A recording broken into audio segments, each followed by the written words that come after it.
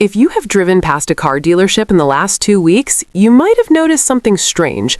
The lots are full. In fact, they are not just full, they are overflowing.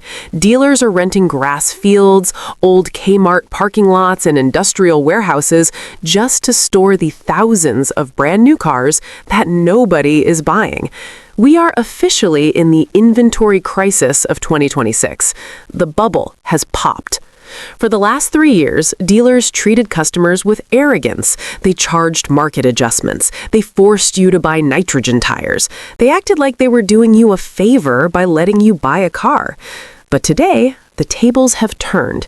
Interest rates have crushed the average buyer. The economy has tightened, and manufacturers who are addicted to volume kept building cars that nobody ordered. The result? A days supply number that is hitting historic highs. Days supply is the metric the industry uses to measure health. A healthy number is 60 days. That means it takes 2 months to sell a car.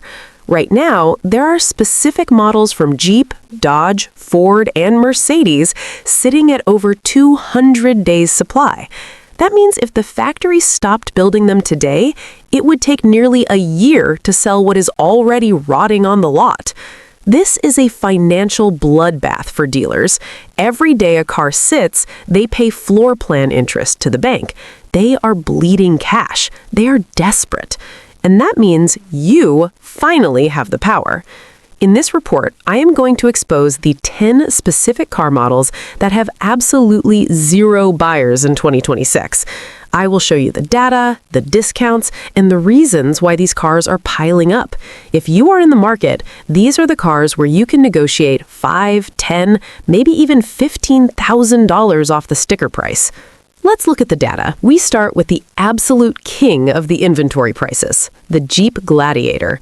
When this truck launched, people paid $10,000 over sticker price to get one. It was the cool convertible pickup truck. But in 2026, the party is over.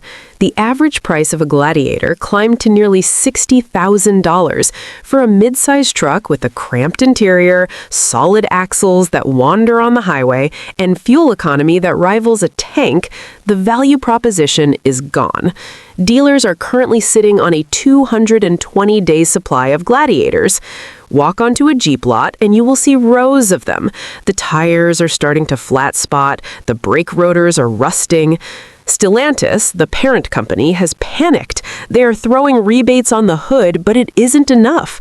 Buyers have realized that for $60,000, they can buy a full-size Silverado or F-150 that rides better and tows more. If you want a Gladiator, do not pay MSRP. Offer them $45,000 for a $60,000 truck. They might just take it because they are desperate to stop paying interest on it. Next on the list is a car that nobody asked for, the Dodge Hornet. Dodge killed the Charger and the Challenger, legendary American muscle cars, and replaced them with a compact crossover based on an Alfa Romeo? The Hornet was supposed to be the performance SUV, but the market has rejected it completely. The build quality is questionable, the interior is cramped, and the price? A fully loaded Hornet costs nearly $50,000. That is insanity. Dealers have lots full of 2024 and 2025 Hornets that are technically new, but have been sitting for over a year. We are seeing days supply numbers hitting 180 days. The problem is the brand identity. Dodge buyers want V8s and muscle. They don't want a rebadged Italian crossover with electrical gremlins. If you buy a Hornet today, you are catching a falling knife. The depreciation on these will be catastrophic. In 3 years, this will be a $12,000 car. Let it rot. The luxury market is not immune. In fact, it is suffering the worst crash of all, and the poster child of this crash is the Mercedes-Benz EQS. This represents the EE hubris of the German brands. They built a 6-figure electric sedan that looks like a melted bar of soap. It has no presence, it has no soul. And in 2026, the wealthy buyers have spoken. They don't want it. Dealers are sitting on a massive surplus of EQS sedans and SUVs. Why? Because the technology is moving too fast. A 2026 EQS barely offers more range than a 2022 model, but the price tag is still $120,000. Meanwhile, depreciation has destroyed the brand image. You can buy a 2-year-old EQS for $45,000. Why would anyone buy a new one for $120,000 when they lose $70,000 in value instantly? Dealers are practically giving these away on lease deals just to move the metal. If you see an EQS on the road, know that the driver probably got a $20,000 discount to take it home. I need to pause here because you need to understand the psychology of what is happening. When a dealer has a car sitting on the lot for 200 days, they are in pain. They are paying the bank interest every single day. They are terrified the manufacturer is going to send them more inventory that they can't sell. This is the exact moment where you can strike. But you cannot just walk in and ask for a discount. You need to know exactly what to say. You need to know how to identify which specific car on the lot has been sitting the longest. You need to know how to remove the dock fees and add-ons they used to try and make their money back. I compiled all of this into the 2026 car market cheat sheet. It includes a section called the Dealer Destroyer. It gives you the word-for-word scripts to say to a sales manager to force them to drop the price. It also includes the gold list of cars that hold their value so you don't buy one of these depreciation bombs by accident. Stop letting dealers win. Download the cheat sheet at the link in the description, keep it on your phone, and crush them at their own game. Now back to the list, and this next one is a shocker because it's a truck that used to be the king of the road. The Ram 1500 was once the darling of the truck world. It had the Hemi V8, it had the best interior, it was priced right. But in 2026, Ram has lost its mind. They killed the Hemi V8 and replaced it with the Hurricane twin-turbo inline-6. They raised the price. A mid-level Ram Bighorn is now $65,000. A Limited is nearly $90,000. Truck buyers are traditionalists. They don't want a complex twin-turbo engine that sounds like a vacuum cleaner. They want a V8. And they definitely don't want to pay luxury car prices for a work truck. Ram inventory is piling up faster than any other domestic truck brand. We are seeing lots with 150-day supplies of trucks.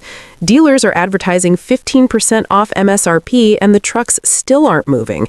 If you need a truck, Ram is the brand to target for aggressive discounts. But be warned, you are buying a first-generation engine with known electrical issues.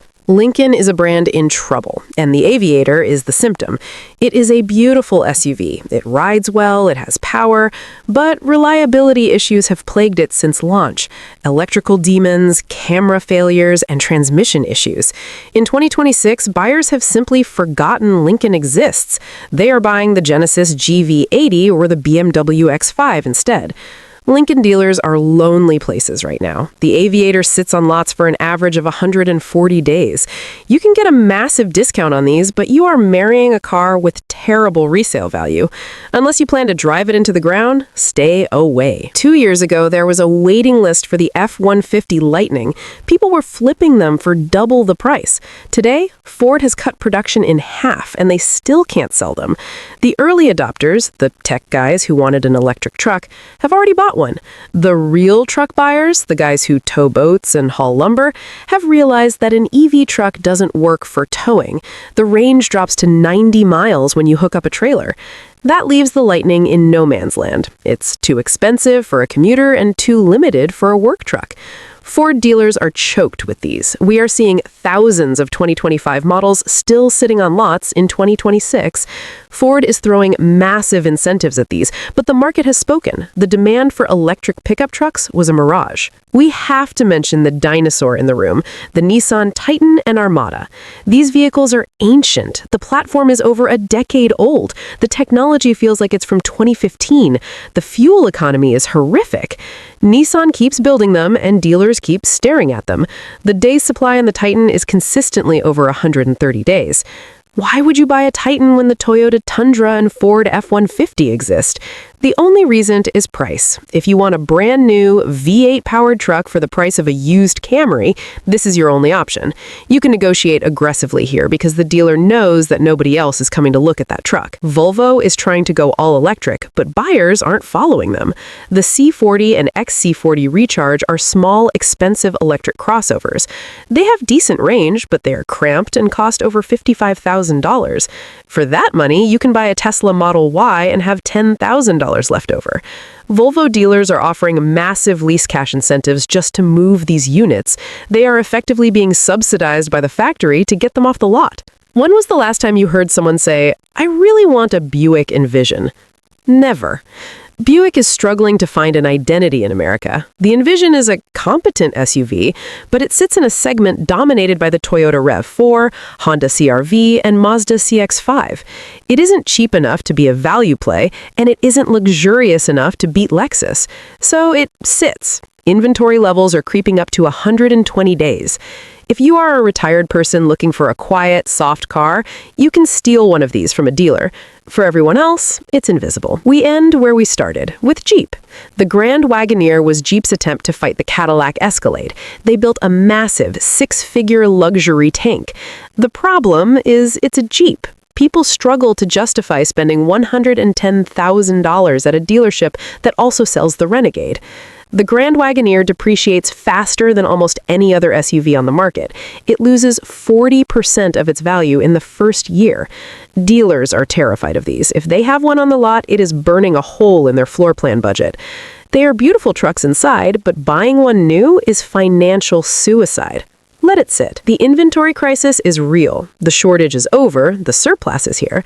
For the first time in years, you, the buyer, have the leverage. But leverage is useless if you don't know how to use it. Dealers are professionals at hiding their desperation. They will act cool. They will tell you someone else is looking at this car. Don't believe them. The data doesn't lie. The cars are piling up. If you are going to buy, be smart. Target the cars on this list, use the scripts and the cheat sheet, and do not pay a penny over invoice. The market is correcting. Make sure you are on the winning side of the correction. Check the link in the description for the database, and I'll see you in the next video.